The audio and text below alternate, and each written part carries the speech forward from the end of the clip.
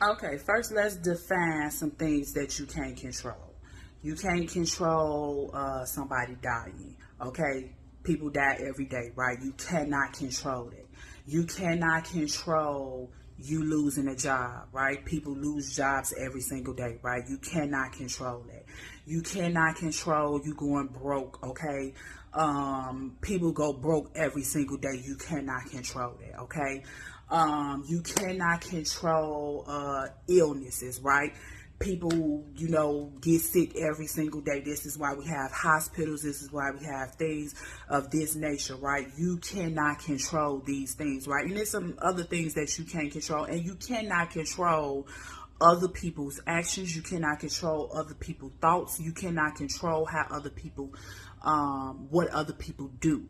Okay, the very first thing you want to do when you are faced with something that you cannot control is you have to acknowledge it, okay? You have to look at it and see it for what it is, right? A lot of times we be lying about our situations, right? A lot of times we be lying so much to other people, and then we begin to lie to ourselves, and we go further and further and further in the hole, right? We go further and further and further down below to where we can't pour ourselves out, right? The first thing you want to do is acknowledge what you're going through, right? Are you having a hard time because you're going through a breakthrough? Are you having a hard time because you don't feel appreciated? Are you having a hard time because you broke? Are you having a hard time because people turning their back on you? Are you having a hard time because you lost somebody? Number two, you got to accept that thing, right? We don't be wanting to accept it, okay? I know this ain't happening to me. This can't happen to me. Why is this happening to me? No. Who you want it to happen to? It's problems. You're not going to escape your problems, baby. Problems is happening to everybody around you, okay? It's not that problems is not going to happen. It don't mean that you are not blessed because problems is happening to you. People make this statement all the time. They be like, oh, I'm blessed because I have a house. I'm blessed because I still have my car. I'm blessed because I still have my job. I'm blessed because I still have my money. So what you saying, that the other people ain't blessed? What you saying, that the people who ain't got no car ain't blessed? What are you saying? So no, first of all, you got to look at that thing, because baby, you in that thing. How you acting when you don't have a car, when you don't have no money, when you don't have a house, when you don't have a job? How are you acting then? Because that's what matters. Are you still considering yourself blessed? So accept what's going on with you. Look at it for what it is. Accept it, and don't be trying to falsify it and clean it up and minimize it. And I still got this. I said, accept that thing that you are going through. Okay, that's number two. Focus on what you do have. Look at the things you do have. Look at the things you can control and focus on those things. I choose not to focus on what I lack. I choose not to focus on the things that I don't have. I choose not to focus on it. I'm not going to get on here and every day, oh, I ain't got this. I'm living like this. I'm doing this. I'm not finna do that. I'm not finna do that. All I'm finna do is wake up every day and say, what's my assignment for today? What do I have to do for today? Who can I help today with what I do have? That's how I'm waking up. I'm not waking up talking about I ain't got no money. I can't do this. I ain't got no. I'm not waking up like that. That's not how I choose to wake up. So you have to pick and choose. You're not pick and choose, because you should not focus on lack, because you have lack because you focusing on lack.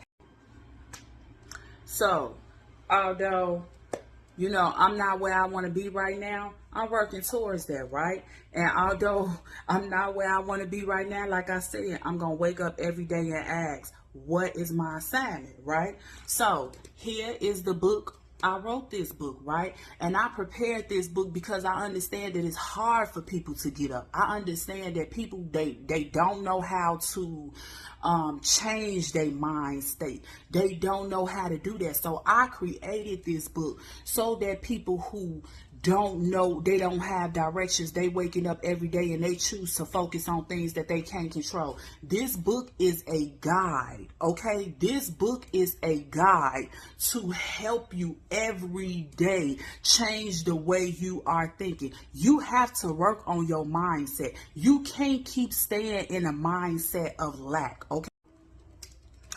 You have to change your perspective.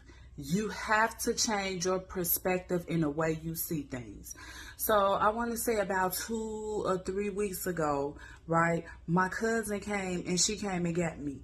And she like, and we rolling, and all of the time, my cousin talked to me the whole single time about all of the bad things that she is going through. Now, my cousin been going through these things for the past 2 years, okay? And I'm not no person that say, oh, I'm not finna talk to you. No, my cousin been going through this stuff for so long. So she talks to me, right?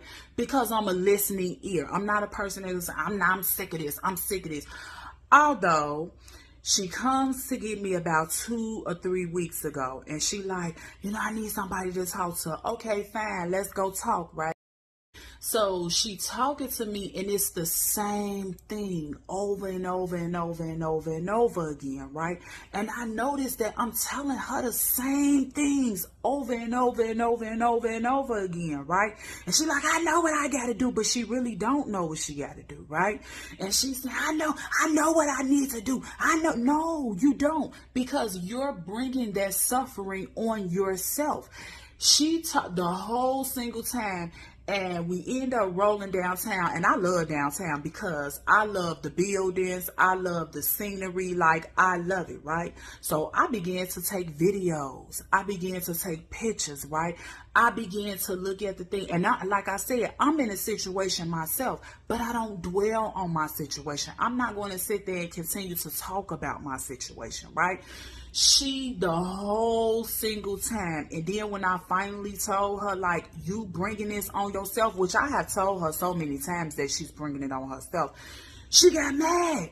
She got mad. Some people do not want the truth. Some people do not want the truth. And if you are a person who you can't accept truth, who you can't understand that you are responsible for your own suffering, that's a problem. Ain't nobody responsible for your suffering. Your mama, your daddy, your sister, your brother, your cousin, your man, your wife, your husband, whoever. I don't care what they did. They may have traumatized you or did something bad to hurt you, but you are responsible for healing yourself. And that be a problem. We be looking for people who broke us to heal us, and that's a huge problem. You can't control how people treat you. You can't control what people do for you. So you have to change your perspective. You have to change how you look at them. And the last one is, it's one of my favorites, okay? Self-care. Okay, now that's in this book as well, okay? It's checklist for self-care in this book, okay? Y'all see, okay? Because these are things that you need to track, okay? These are things that, people, you're not taking care of yourself. That's why it's easy for you to break in a storm. You're not taking care of yourself. That's why it's easy for your relationships to break. You have to mentally prepare yourself for storms and not wait till the storms come. I don't really have time for self-care. You better have time for self-care. You better have time for self-care, because a lot of times we make other people priorities, and these people be making us options, and we are overwhelmed, right? We overwhelmed.